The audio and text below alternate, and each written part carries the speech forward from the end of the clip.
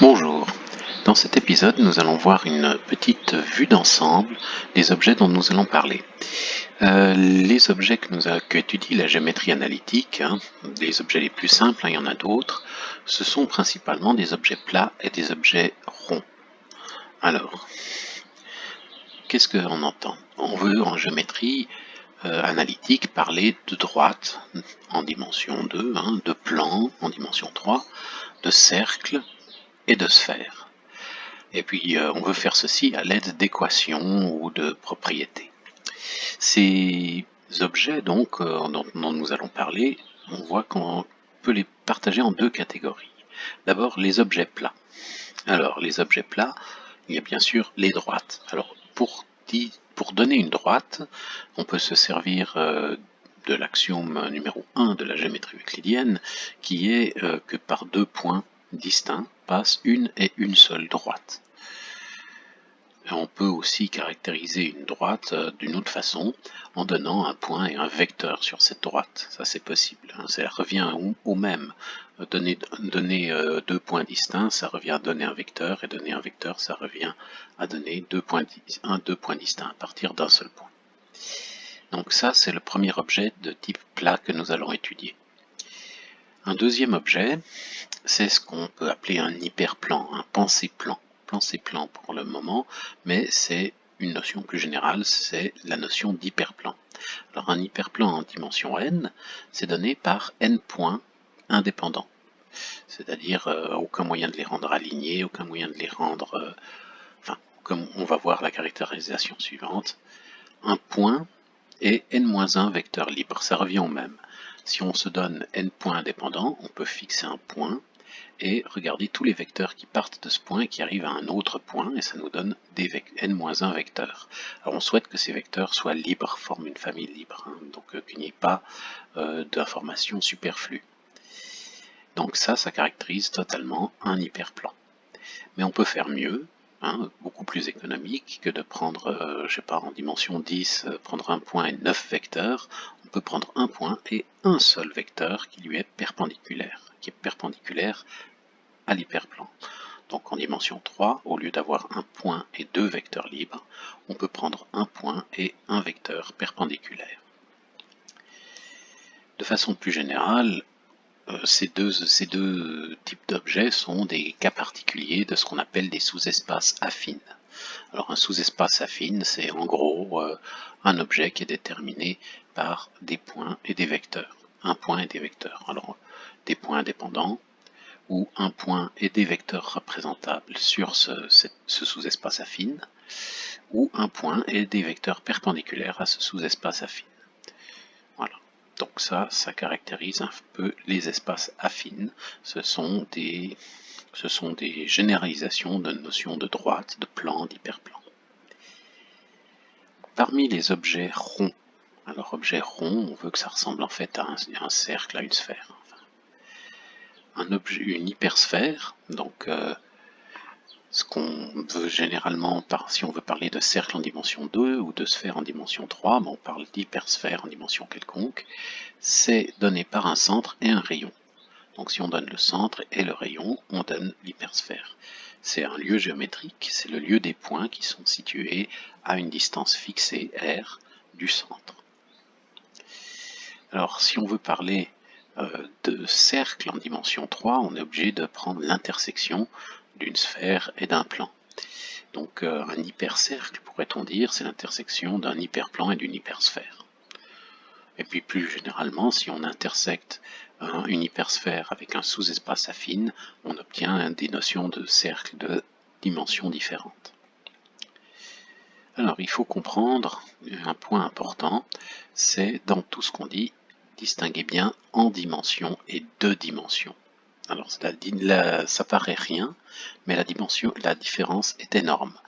Alors un objet en dimension n, c'est un objet qui vit, dont les points vivent dans un espace de dimension n, dans un espace euclidien de dimension n. Et être de dimension n, ce n'est pas la même chose, ça veut simplement dire qu'on a un n degrés de liberté, n dimensions. L'objet a intrinsèquement n degrés de liberté indépendamment de l'espace où il vit. Donc il faut distinguer ces deux notions. Par exemple, un cercle en dimension 2, donc le cercle classique, hein, c'est un objet, quand on se promène le long de cet objet, on est en dimension 1, on ne peut se promener que sur le bord du cercle, et c'est donc un objet qui a un seul degré de liberté. Pourtant, il vit en dimension 2, il vit dans un espace de dimension 2, dans le plan euclidien, mais lui-même n'est que de dimension 1. Un cercle en dimension 3 va vivre dans un espace euclidien de dimension 3, donc dans l'espace usuel, et on pourra toujours ne faire que se promener sur cet objet dans une seule direction, donc c'est un objet de dimension 1. Par contre, une sphère, qui est un objet aussi en dimension 3, donc aussi dans un espace euclidien usuel, c'est un objet où on a 2 degrés de liberté. On peut aller au nord, au sud, à l'est, à l'ouest, hein, il y a 2 directions, donc c'est un objet qui est de dimension 2, en dimension 3, de dimension 2. Voilà, alors ces considérations, je veux dire, permettent d'éclairer un petit peu cette notion d'espace affine, ou plus généralement de droite, d'hyperplan, etc. Qu'est-ce qu'on veut dire par ces choses-là qu'on n'a pas précisées? Alors, là j'ai mis en plus foncé pour essayer de... Je modifie cette remarque-là, hein, en mettant un plus foncé.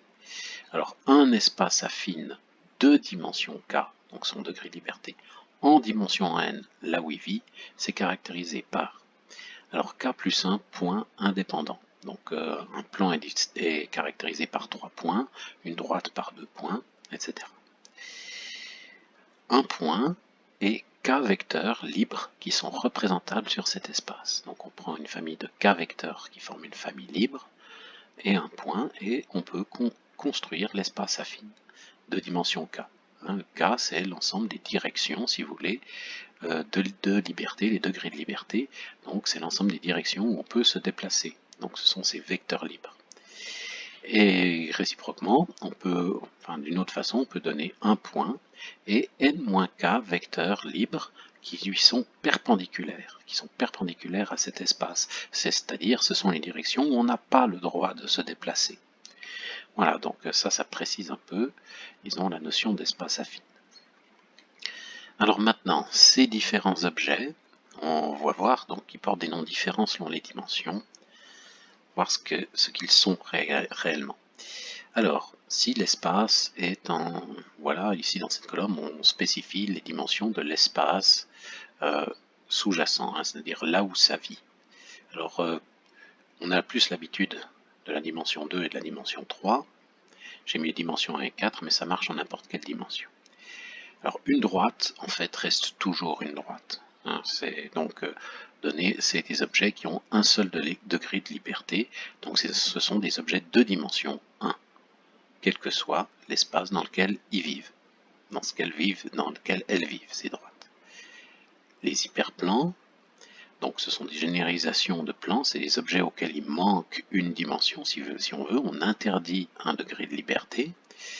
Alors en dimension 1, interdire un degré de liberté, c'est être de dimension 0, c'est-à-dire juste un point. En dimension 2, c'est être une droite, c'est-à-dire hyperplan et droite en dimension 2, c'est la même chose. En dimension 3, c'est être un plan, donc être un objet de dimension 2. Et puis en dimension 3, on parle d'hyperplan de dimension 3. Pour les hypercercles, hein, donc ces objets qui devraient être des cercles, mais auxquels il manque une dimension. En dimension 0, pas vraiment. En dimension 1, pas vraiment de sens, hein, parce que c'est quoi un sous-espace affine? En dimension 1, ce serait juste un point, alors l'intersection d'un point et d'un point. Si on a de la chance, ça donne quelque chose, si on n'a pas de chance, ça donne rien. Bon. En dimension 1, en dimension 2, ce serait un hypercercle juste la donnée de 2 points, donc un objet de dimension 0. En dimension 3, ce serait un vrai cercle, un cercle en dimension 3, et en dimension 4, ce serait une sphère. Alors, pour bien le comprendre, concentrons-nous plutôt sur les hypersphères. Alors, une hypersphère en dimension 1, donc une vraie sphère, la vraie sphère de dimension 1, c'est juste la donnée de 2 points. c'est-à-dire juste l'ensemble des points équidistants à un centre, ben, il n'y en a que 2 hein, sur une droite. Il n'y a pas le choix, c'est 2 points. En dimension 2, c'est un gentil cercle dont on a l'habitude. En dimension 3, c'est une sphère. Et en dimension 4, ben, c'est une hypersphère. Voilà. Donc c'est un rapide tour d'horizon de ces différents objets. Alors pourquoi faire ça hein? Parce que ça a l'air compliqué comme ça, même si on s'intéresse en fait qu'aux dimensions 2 et 3, en géométrie analytique d'habitude. Ben, c'est-à-dire qu'il y aura des caractérisations des droites en dimension 2 qui vont être valables en dimension 3, mais pas toutes. Et certaines correspondront, ces caractérisations correspondront à des plans et pas à des droites. Donc quand on passe de la dimension en 2 à la dimension 3, il y a des changements. La même chose pour les cercles et les sphères. Hein. Les cercles en dimension 2 et en dimension 3 sont des objets totalement différents, tandis qu'ils sont totalement analogues, qui sont complètement analogues, disons, entre cercle et sphère en dimension 2 et dimension 3. Donc on va voir que les formules que l'on va trouver en dimension 2, ou les expressions, les caractérisations qu'on trouve en dimension 2, se généralisent en dimension 3, mais pas toujours pour les mêmes objets. Voilà, je vous souhaite une bonne journée, à très bientôt.